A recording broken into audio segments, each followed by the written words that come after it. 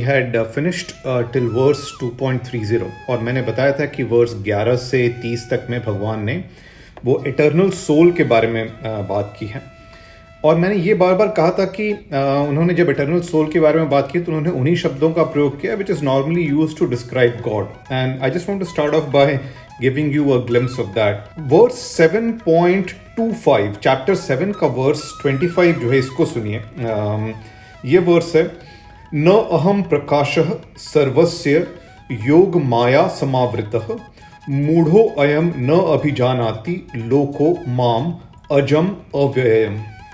तो भगवान कह रहे हैं कि जो सारे लोग हैं वो माया के योग से आवृत होकर, मतलब उससे एक्लिप्स्ड होकर सही चीज़ नहीं जान पाते हैं। और ये मूढ़ लोग ये नहीं समझ पाते हैं कि मैं अज हूँ यानी अनबॉर्न हूँ, और अव्ययम हूँ यानी मेरा नाश नहीं होता, मेरा व्यय नहीं होता। I am unreducible, I am undying. तो अज और अव्ययम हमने देखा था कि देहना के लिए भी प्रयोग हुआ था इन शब्दों का, और यहाँ भगवान अज और अव्ययम अपने लिए भी उपयोग कर रहे हैं। So this also is just to reference what I was saying कि सोल के लिए उन्हीं शब्दों का प्रयोग हुआ है जो भगवान स्वयं के लिए करते हैं। Okay, let's move forward now. अब हम चैप्टर 2 में पार्ट 3 में जाएंगे। हमने 2 पार्ट कवर कर लिए हैं, अर्जुन का प्ली भगवान को कि मुझे रास्ता दिखाइए, और इटर्नल सोल के बारे में। अब हम तीसरे पार्ट में जा रहे हैं, और सेकेंड चैप्टर के वर्स 31 to 53 ये तीसरे पार्ट को कवर करते हैं, जिसमें भगवान ने तो बता दिया कि सोल इटर्नल है, लेकिन सोल इटर्नल सिद्ध होने के बाद अभी भी करना क्या है, मुझे और आपको रोजमर्रा में क्या करना, और हमारे अंदर जो धर्म क्षेत्र कुरुक्षेत्र है, जहां एक युद्ध हो रहा है, एक धर्म युद्ध होता है, उसमें करना क्या है। So what is the right battle and how to fight that right battle, ये भगवान को भी बताना है। तो वर्स 31 से 53, चैप्टर 2 के वर्स 31 से 53 में भगवान अब इसके बारे में बताना शुरू करते हैं। ये 23 वर्सेस हैं, और इन 23 वर्सेस में भगवान इन्हीं चीज़ों के बारे में बता रहे हैं। तो let's start off with some of the verses. हम आज इसमें से 8 वर्सेस कवर करेंगे, 31 से 38 तक। स्वधर्मम अपि च अवेक्ष्य न विकम्पितुम अर्हसि धर्मयात ही युद्धात श्रेयो अन्यत् क्षत्रियस्य न विद्यते। तो भगवान कह रहे हैं कि अपने धर्म को देखते हुए तुम्हें ट्रेम्बल नहीं करना चाहिए, कांपना नहीं चाहिए, अपने धर्म को अपने सामने देखते हुए।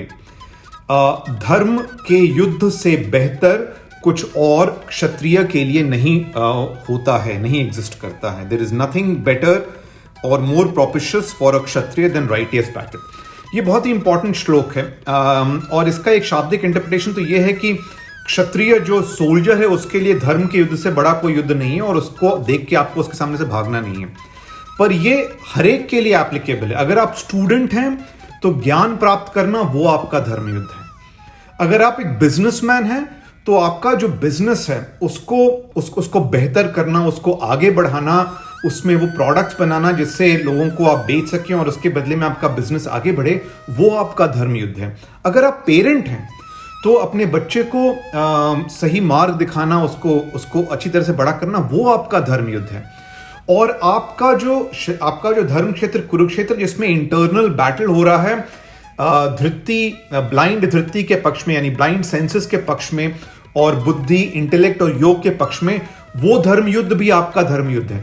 ये सारे धर्म युद्ध हैं, और ये सारे धर्म युद्ध में आपको धर्म युद्ध, इस धर्म युद्ध से बेहतर कोई धर्म युद्ध नहीं है, और ये आपको लड़ना है। सो भगवान कह रहे हैं कि भाई जो आपको करना है, जो धर्म का युद्ध, तो आपके सामने है। It is steering you in the face. चाहे आप सोल्जर हैं, चाहे स्टूडेंट हैं, चाहे बिजनेसमैन हैं, चाहे पेरेंट हैं, और इन सब के होते हुए आपके अंदर का जो धर्म युद्ध है वो भी आपको स्टेयर कर रहा है। अगर आपको नहीं समझ में आ रहा है तो किसी वाइज मैन से पूछिए, अपने टीचर से पूछिए, नहीं तो अंतरात्मा, इंट्यूशन, इंटरनल आवाज को सुनने की कोशिश कीजिए।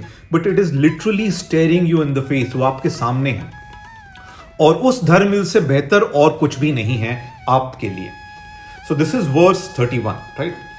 वर्स 32 इज यदृच्छया च उपपन्नम स्वर्ग द्वारम अपावृतम सुखिना क्षत्रिय पार्थ लभन्ते युद्धम ईदृशम।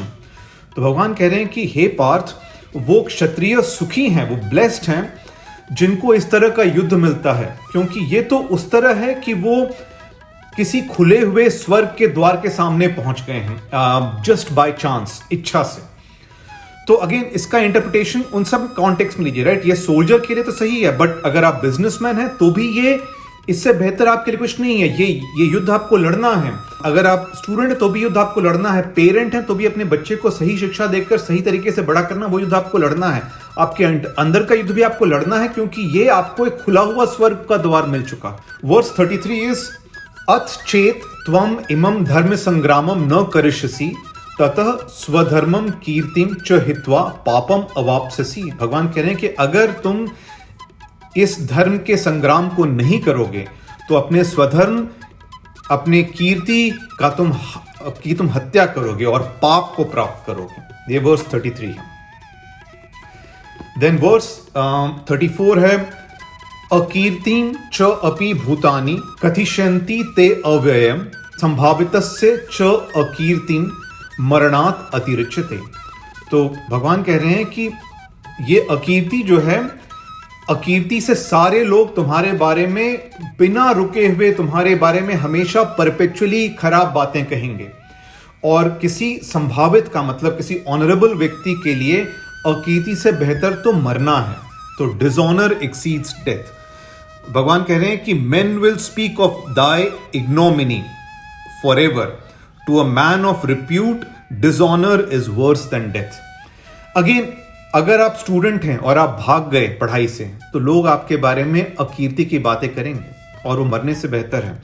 अगर आप बिजनेसमैन हैं और आपने अपने अनस्क्रूपलस कंपिटिटर्स को जो आपके साथ गलत तरीके से कंपीट करें आपके बिजनेस में, उनसे आप भाग गए, तो लोग आपके बारे में बुरे शब्द कहेंगे और वो अकीर्ति मरने से बेहतर है। अगर आप पेरेंट हैं और बच्चे के टीनेज में आप भाग गए, तो भी ये अकीर्ति है, ये मरने से बेहतर है। और अगर आपके अंदर का जो युद्ध है उससे अब अगर आप भाग गए तो भी अकीर्ति है। उसमें कोई दूसरे आपके बारे में बुरा नहीं कहेंगे, लेकिन आपका स्वयं का सेल्फ एस्टीम आपको हमेशा कचोटते रहेगा कि आप अपने अंदर के धर्म युद्ध से भाग गए। और अगर आप ऐसा करेंगे तो वो जो शाश्वत शांति है वो आपको कभी नहीं मिलेगी, क्योंकि आपके अंदर का धर्म युद्ध आप हार रहे हैं और आपका सेल्फ एस्टीम जिंदा है। जो संजय है, जो इम्पार्शियल इंट्रोस्पेक्शन है, वो हर वक्त इंट्रोस्पेक्ट करके कहेगा कि आप भाग गए, आपने अपने अंदर का धर्म युद्ध नहीं लड़ा, और ये अकीर्ति आपके साथ रहेगी और वो मरने से भी बेहतर आपको फील करेगा। और शाश्वत शांति तो खैर आप प्राप्त कर ही नहीं सकेंगे। This is verse 34। Verse 35 is भयात रणात उपरंतम मनस्यन्ते त्वाम महारथः येषाम च त्व बहुमूतो भूत्वा यास्यसि लाघवम्। भगवान कह रहे हैं कि जितने यहां राजा हैं वो सब ये सोचेंगे कि तुम डर के इस युद्ध से भाग गए। कोई ये नहीं सोचेगा कि तुमने तुम्हें दया आ गई या तुम्हें लगा कि इतने परिवारजनों को कैसे मार। सब बोलेंगे डर से भाग गए। और तुम जिसका इतना बड़ा नाम है, who is so highly regarded, उसको सब लोग छोटा समझने लगेंगे, छोटा मानने लगेंगे, छोटा कहने लगेंगे। अब ये एक इंपॉर्टेंट चीज है, we will talk about it, क्योंकि अगेन आपके अंदर का जो संजय है वो भी आपको बार बार कचोटेगा कि आप लड़े नहीं, आप डर के भाग गए। और आपका सेल्फ एस्टीम जो बहुत बड़ा था वो सेल्फ एस्टीम रिड्यूस होते जाएगा if you don't fight that internal battle. अवाचादानश्च बहून वदिष्यन्ति तव अहिता निंदन्तः तव सामर्थ्यम ततो दुखतरम नु किम। नहीं बोलने वाले जैसे शब्दों से सब तुम्हारे बारे में, तुम्हारे अहित चाहने वाले तुम्हारे बारे में ये सब बातें कहेंगे, तुम्हारे सामर्थ्य की निंदा करेंगे सभी के सभी। इससे ज्यादा दुख और किस चीज से मिल सकता है? सब तुम्हारे बारे में बुरा कहेंगे। Verse 37 again it is one of the most celebrated verses of the Bhagavad Gita, बार बार कोट होता है। So let's listen to this verse. Verse 37 है हतो वा प्राप्स्यसि स्वर्गम जित्वा वा भोक्ष्यसे महीम तस्मात् उत्तिष्ठ कौन्तेय युद्धाय कृत निश्चय। एक बार फिर से बोलता हूं, हतो वा प्राप्स्यसि स्वर्गम जित्वा वा भोक्ष्यसे महीम तस्मात् उत्तिष्ठ कौन्तेय युद्धाय कृत निश्चय। इसका लिटरल ट्रांसलेशन है कि अगर तुम मरोगे तो स्वर्ग की प्राप्ति होगी, अगर जीतोगे तो धरती पे का भोग करोगे। इसलिए उठो हे अर्जुन, तुम्हारा कुछ नुकसान नहीं है और दृढ़ निश्चय करके युद्ध करो। तो ये सोल्जर के लिए तो बहुत स्पष्ट है कि अगर तुम मर गए तो तुम्हारी कीर्ति होगी, लोग तुम्हें जानेंगे, और वैसे भी तुम उस अनंत में विलीन हो जाओगे, ईश्वर को प्राप्त हो जाओगे। अगर जीतोगे तो धरती पे रूल करोगे, इसे लड़ो और आगे बढ़ो। लेकिन ये this also works in the context of all the others, right? अगर आप स्टूडेंट हैं, अगर आप एक बिजनेसमैन हैं, अगर आप एक पेरेंट हैं, तो अगर आप जीत गए इस युद्ध, अपने युद्ध में, तो आपका बिजनेस बड़ा होगा, आप पढ़ाई में बेहतर होंगे, आप अच्छी तरह से अपने बच्चे को बड़ा कर सकेंगे। लेकिन अगर आप हार भी गए तो भी आपका फायदा है, क्योंकि आपने सबसे पहले स्ट्रगल करना सीखा। स्ट्रगल करना एक बहुत बड़ी सीख है। और उसके बाद जो आपने मिस्टेक्स किए, जिन गलतियों के कारण आप हारे, वो मिस्टेक्स आपको सिखाएंगे। You emerge as a much better warrior for the next battle to be fought. ये लड़ाई रोज की है। ये इसी तरीके से आपके अंदर का इंटरनल बैटल जो हो रहा है, जो अंदर का धर्म युद्ध हो रहा है, उसमें अगर आप हार गए तो भी you have learned from your mistakes. आप नहीं कंट्रोल कर पाए अपने ब्लाइंड सेंसेस को, तो भी आपने स्ट्रगल करना सीखा और आपने कुछ बेहतर उनको कंट्रोल करना सीखा। और फिर अगले दिन आप फिर उनसे लड़ेंगे और फिर लड़ेंगे और फिर लड़ेंगे। जब मैं छोटा था तो my father used to tell us the story of King Bruce and the spider, right? वो किंग ब्रूस जो है वो हार जाता है और उसके बाद बहुत दुखी हो जाता है, और फिर वो एक स्पाइडर को देखता है जो 25 बार गिरता है दीवार से, लेकिन फिर भी वापस जाता है और फिर भी कोशिश करता है और अंत में वो बना लेता है अपना वेब जो बनाना होता है। तो उसी तरीके से हार इज नॉट द एंड। काफी सारे लोग कहते हैं कि you learn a lot from your mistakes, right? And you learn to struggle and fight. That is one of the most important things in life. तो इसलिए इस वर्स का ये जो वर्स है, जीतोगे तो स्वर्ग की प्राप्ति होगी, और जीतोगे तो धरती की प्राप्ति होगी, और हारोगे तो स्वर्ग को पहुंचोगे, ये सिर्फ सोल्जर के लिए नहीं है, ये सभी के लिए है, और आपके अंदर के धर्म युद्ध के लिए भी लागू है। एंड फाइनल वर्सेस, सुख दुखे समे कृत्वा लाभ अलाभो जय अजया ततो युद्धाय युज्यस्व न एवं पापम अवाप्स्यसि। तो हे अर्जुन, सुख दुख को समान समझ के, लाभ और अलाभ को समान समझ के, जय और अजय को समान समझ के युद्ध करो और युद्ध के लिए निश्चित हो।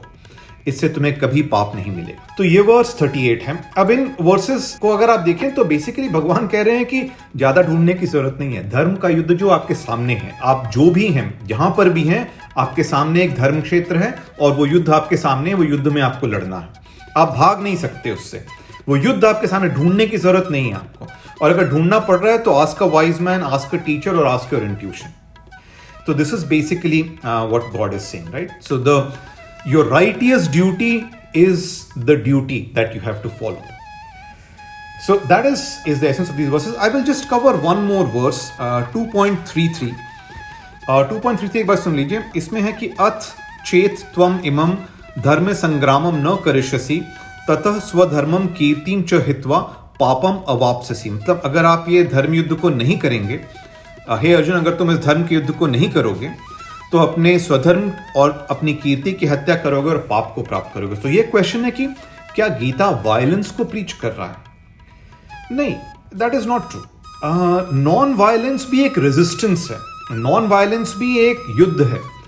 ये युद्ध लड़ा जाता है शस्त्र से नहीं, स्पिरिचुअल फोर्स से, और ये भी एक युद्ध है। Gita is not preaching violence और non violence. Gita is preaching the importance of fighting the righteous battle, fighting the external righteous battle जो आपके सामने है, and the internal righteous battle, और ये वो कह रहा है।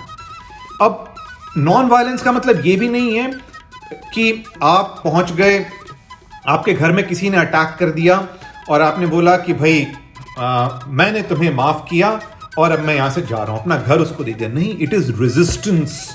You have to fight, but fight with spiritual force versus fight with weapons. फिर अगेन नॉन वायलेंस के बारे में ये भी एक इंपॉर्टेंट चीज है कि भाई अगर आपके सामने एक मैन ईटिंग टाइगर आ गया तो फिर क्या, फिर आप उसको नॉन वायलेंस से रेजिस्ट करेंगे? नहीं, दैट इज स्टुपिडिटी, क्योंकि मैन ईटिंग टाइगर तो अपने इंस्टिंक्ट से गवर्न्ड है, वो तो अपने इंस्टिंक्ट से एक्ट करेगा।